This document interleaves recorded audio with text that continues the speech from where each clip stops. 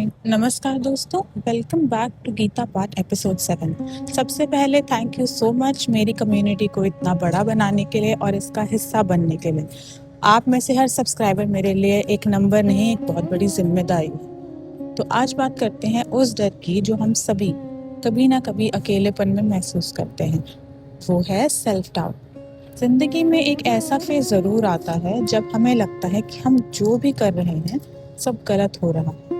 आप मेहनत पूरी करते हो पर रिजल्ट कभी नहीं दिखता। आसपास के लोग, चाहे वो दोस्त हों, रिश्तेदार हों, अचानक से आपकी क्षमता पर सवाल उठाने लगते हैं। लोग ताने मारते हैं, आपकी कैपेबिलिटीज का मजाक उड़ाते हैं और धीरे धीरे उनका वो शक हमारे अपने दिमाग में बैठ जाता है। हम खुद से पूछने लगते हैं, क्या सच में मुझ में कोई कमी है? क्या मैं कभी कुछ बड़ा नहीं कर पाऊंगा या मैं कभी कुछ अच्छा नहीं कर पाऊंगी? तो जब पूरी दुनिया आपके खिलाफ खड़ी हो तो दुनिया से लड़ना आसान है, पर जब आपका अपना दिमाग ही आपका दुश्मन बन जाए तो इंसान एकदम टूट जाता है। तो भागवत गीता के 6 अध्याय में श्री कृष्ण इसी डर का सबसे बड़ा इलाज बताते हैं। वो किसी मोटिवेशनल स्पीकर की तरह सिर्फ पॉजिटिव सोचो नहीं कहते, वो हमें बताते हैं कि असली विश्वास पैदा कैसे होता है। भागवत गीता के 6 अध्याय के 5वें वर्ष में हमारी पूरी जिंदगी का सबसे बड़ा टर्निंग पॉइंट बन सकता है।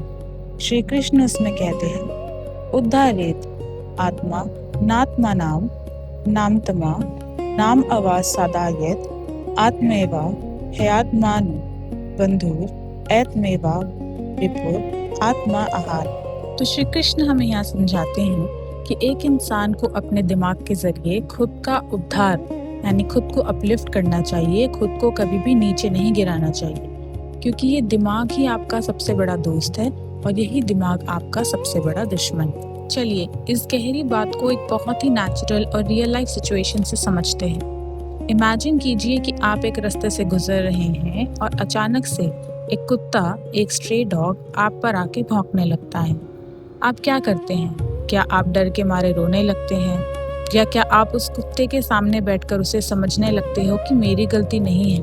नहीं ना, आप बिना ध्यान दिए आगे बढ़ जाते हो, क्योंकि आपको पता है कि उसकी फितरत ही भौंकना है। दुनिया के ताने, लोगों के कमेंट्स बिल्कुल उस कुत्ते की तरह ही हैं, उनका काम ही भौंकना है। लेकिन दिक्कत तब होती है जब उन लोगों की बातों को अपने दिमाग के अंदर जाने देते हैं आप।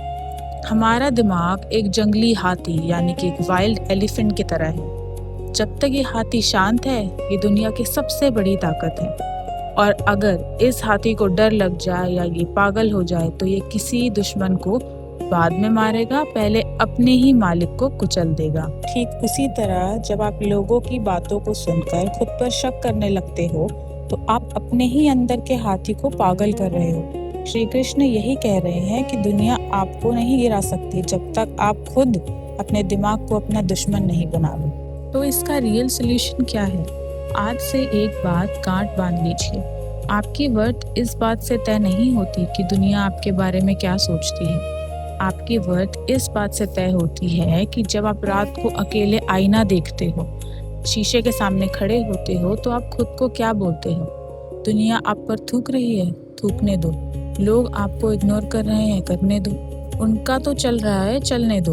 आपको बस एक काम करना है, अपने दिमाग को अपना सबसे पक्का दोस्त बनाना है। जब पूरी दुनिया कहे कि तुमसे नहीं होगा तो दिमाग अपना पीछे से हटा दो, तो आपको अपने आप से ये कहना है, अपने दिमाग से ये कहना है, अरे तू रुक, मैं हूं ना तेरे साथ, हम मिलकर कर लेंगे।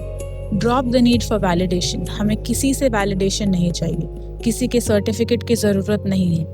अपने काम पर फोकस करो, अपनी स्किल्स को एकदम क्लियर और साफ करो और अपने अंदर के हाथी का सही रास्ता देखो। तो इस एपिसोड 7 से बस इतना सीखिएगा, आत्मेव हि आत्मानो बंधुर, यानी अपने दिमाग को अपना दुश्मन मत बनने दीजिए।